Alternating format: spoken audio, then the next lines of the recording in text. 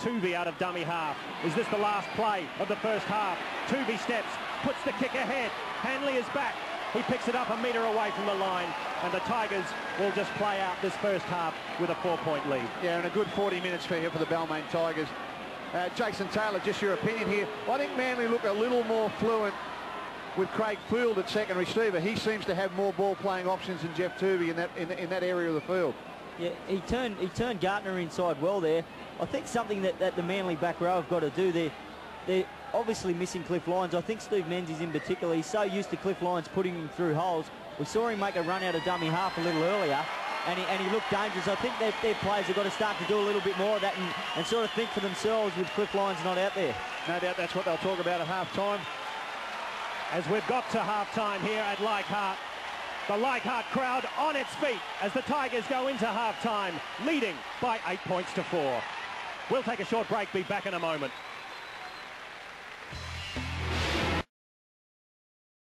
A night of great emotion so far. A good crowd in here, a great crowd in. Perhaps the best crowd that the Balmain Tigers have had in the last 10 years are here.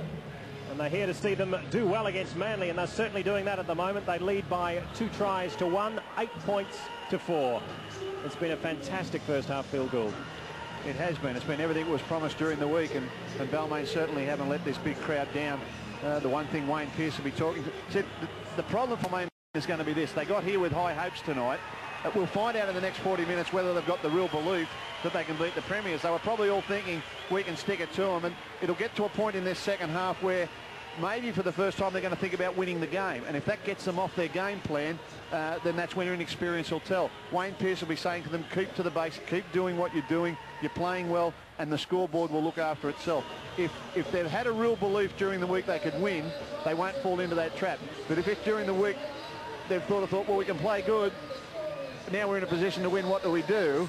That's where inexperience will show itself. Manly, on the other hand, well, they're playing under pressure. They've got a big crowd that's anti-Manly. They deal with that a lot, I guess. They don't deal with the Brookvale Oval, but they're in front of a big crowd here at Balmain tonight. They're playing against a side that's pumped up and ready to go, and they're behind on the scoreboard.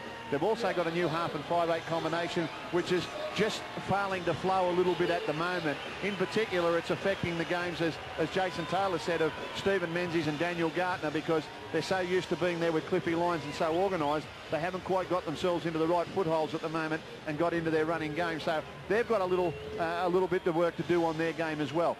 It all promises to be a great 40 minutes of football, and regardless of what happens in the next 40 minutes, this has been a great night for rugby league. The last 2 nights where we've had record or near record crowds at these 2 home grounds at Parramatta Stadium here against Leichhardt tonight, it's just great to be involved with it. Mark Carroll, expect some great things from him here in this second half. Daniel Gartner, what a player he's been over the last couple of years. They're behind on the scoreboard, Manly. As Phil Gould mentioned, they're under pressure, but they've been under pressure plenty of times before in the past and come through.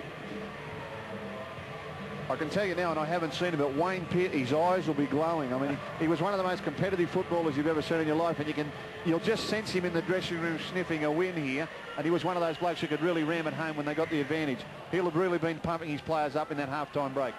As Craig Field gets us underway here in the second half, it goes straight to Glenn Morrison, who was hit by another one of the strong young back rowers in this game, Stephen Menzies. O'Neill plays it,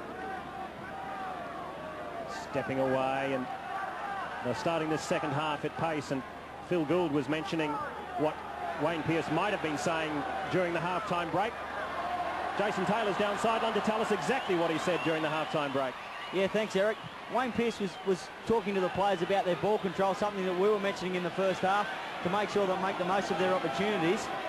The other thing he spoke about was the fact that Manly are dangerous when somebody runs from dummy half and then they move the ball a couple wide. So they're pretty confident that they can control them when they're just hitting the ball up. But when Sidaris or Menzies, as we spoke about before, runs from dummy half and then they move it wide, they look dangerous. Bob Fulton wants Manly just to keep doing what they're doing. He thinks they can get the Balmain side by the end of the game. Obviously not happy that they didn't get a couple more tries with the opportunities they had. Darren Centre, who scored the Balmain first try, he hurt his shoulder, but will be back at some stage in the second half. Well, that's very good news for Balmain fans that Darren Centre may be back. His injury looked not totally serious, but serious enough for him to come off the field, as we see Mark Carroll giving Glenn Morrison the brush there. But they've lost the ball, Manly. He hurt his leg in that tackle. Fair bit of concern being shown for Glenn Morrison in the background there. His players gathered around him. He got up and tried to walk into position, and now he's found that the pain is a little more permanent than just a knock, and he's gone back down again. Sometimes you can walk it off. He got up to walk it off and take his position, but it's obviously a little more than first thought. It was Carroll's break that put Glenn Morrison under pressure, and this is sad news for Balmain as Morrison leaves the field in some distress, as you can see. He's holding that right leg quite gingerly, and he'll get a great reception here from this Leichhardt crowd, as you can see there. Oh, and you can see his knee just buckling in the background. And he's come to the sideline. Anyway, we've got a football match on with Balmain leading by 8 points to 4. They work the blind. Hudson Smith makes good ground. Brought down now 30 metres out. Gillette stepping, works his way back to the left-hand side.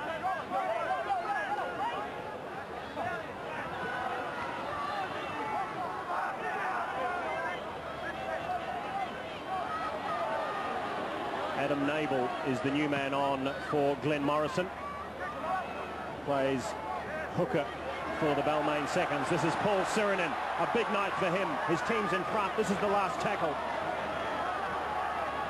They'll put it high. Gillette, he's got numbers out wide. They're looking for it. Langaloa is out there. But Hopewadi it was, up there with Craig Hancock. So far safe under pressure. Yeah, and good work from Craig Hancock. I think he knows that opposition sides will target Hopewadi with that high ball, and he got right across there quickly to assist his winger. Balmain a good chase on there. They got to their kick. That's important. They've controlled the ball in the 2 sets of 6 they've been allotted. I think the good news, or the bad news in that, was that Hopewadi again missed the bomb, but the good news was that Craig Hancock was there as Sirinen is penalised. Paul Sirinen getting up off the tackle player here. I think that was overplayed by Daniel Gartner rather than Paul Sirinen transgressing to any great degree. He won his side a penalty and a little bit of a breather. Milked the penalty quite beautifully to Daniel Gartner. Tierney unloads for Sidaris. Hancock out to Innes, looks for support, put down in the tackle of Langaloa. Tuvi. He's got Tierney, doesn't use him, steps around. One is brought down by the second. 25 metres out now as they work the blind through Craig Field. Brings Innes inside, but again this Balmain defence holds firm. Field looks to Carroll. Back to Field. The cutout ball to Menzies. Here's trouble out wide. The inside ball has come off Balmain and he'll go across and score. That's Terry Hill in for his second. The crowd doesn't like it. You can see Ellery Hanley wasn't enjoying it. But I think we might be able to see on replay, Phil Gould, that the ball went forward or back from Balmain. Yeah, I think this is what Wayne Pearce was talking about at half-time. Taken up there by the Manly side and then turned the ball back. Menzies given space on the outside of Ellery Hanley. The wingers stayed back. Menzies now in a hole outside Ellery Hanley. Forces him wide. Terry Hill cuts back to the inside. And that comes off the hand of the Balmain player. Good decision by the referee. Hill plays on, reaches out and scores a try. Fair try. Carroll hits the ball up from the play. The ball goes to the defence and creates a second phase situation. That's what Wayne Pearce was worried about at half-time. Gave Menzies space on the outside. He turned the ball back inside. That ball came off the Balmain player. Good skills by Terry Hill there. Kept his head, able to reach out and put the ball across the line. Jason Taylor. Wayne Pearce referred to that at half-time. It's just that the ability of the Manly side to go to the line. You think you've got it covered, and then they'll turn the ball back, and all of a sudden they're off and running again. Yeah, we saw the importance of both Jeff Tuvey and Craig Field there. Tuvey took the ball to the line and was pressing to make a break. Then Field ran the blind, He linked up with Innes, then went to dummy half, gave it to Carroll, and then wrapped around him as the goal kicks pushed wide. Wrapped around him and linked up with Menzies out wide. That was the sort of role that we've seen Craig Field play at South Sydney over the years, and I think as the Manly players get used to him, he'll go back to that sort of role that he's familiar with. And I think the worst thing he can do is try to play like Cliff Lyons, try to get out at second receiver and do too much. He's just got to play his natural game. Yeah, I think his ball runners can help him too, Jason, too. I just noticed in that set of 6, they're a little bit tentative on coming onto the ball too. Now, the one thing that you need when you're a ball player is players moving quickly into holes, and I don't think Manly's done that tonight. They've allowed, over the years, Cliff Lyons to create that for them rather than create it with their running. And they may have to help these two ball players in the early part of this season get used to that. And of course, one of the other things they're missing in season 1997 is someone like a Matthew Ridge at the back, directing traffic as we all know he can do. Well, Manly aren't going to talk about that because they're gone, and that's history. You know, Owen Cunningham is a player that was great for Manly too, but they seem to have accommodated themselves in that area. I think it's about getting on with life as it is, and this team is going to get better as they go along. Gartner looking for space. It comes for Menzies. 6 more tackles for Manly. Menzies brought down by Sirinen, 35 metres out. Plays it now. They work the blind. Manly are a side that can get on a roll too when they get a sniff. This is a bonus penalty. It goes against Nick Kosef. To beat Manly, you've got to keep the scores close. See Kosef get up to play the ball. He just rolls over it, makes no attempt to roll it back with his foot. Playing for a penalty himself has cost his team possession with a penalty. Good decision again by the referee. And a nice relief for Balmain. Back to 8 points all. Balmain, forget about the scoreboard. Just go about your work. Abel brings in O'Neill. Works his way into Manly territory. Rusher up the centre of the ruck. They can sense it, Balmain. There's some terrible acting going on out there at the moment as Harrigan brings Stimson around outside him. Kennedy, Gillette, Hanley. Gillette on the run around, brings the man inside. That's Smith. Loses the ball. They really have to do something, Jason Taylor, about this error rate in the second half to keep pace with Manly. Yeah, I agree, Eric, but at the same time, I think it's important that Balmain continue to play the way they have in the first half. When they were 8-4, I was a bit worried that they might try and lock the game up and sort of just try and hang on to full time. They certainly won't be able to do that now that the scores are level, but they've just got to continue to do what they did in the first half. That was working for them. The penalty again goes Manly's way on the halfway line. The referee's given Balmain little latitude in the play of the balls tonight. Manly have had a couple of relieving penalties at important times, and this one will certainly put them on the attack here. Balmain, player down injured in the background, Hudson Smith. He was the player that came up with that loose pass in the last set. He too looks to have a leg, a knee or an ankle injury. So with Darren Centre, Morrison, and now Hudson Smith off the field, the ranks will be wearing a little thin. This is good news for Balmain as Darren Centre comes back onto the field. Well, it's good news if he's okay. If he's come back on injured, that of course will be a liability in itself. So Balmain, just an important period here to hang on and keep themselves in the game. Manly can get on a roll, I began to say earlier. When they get a try, their confidence grows and they play a different brand of football.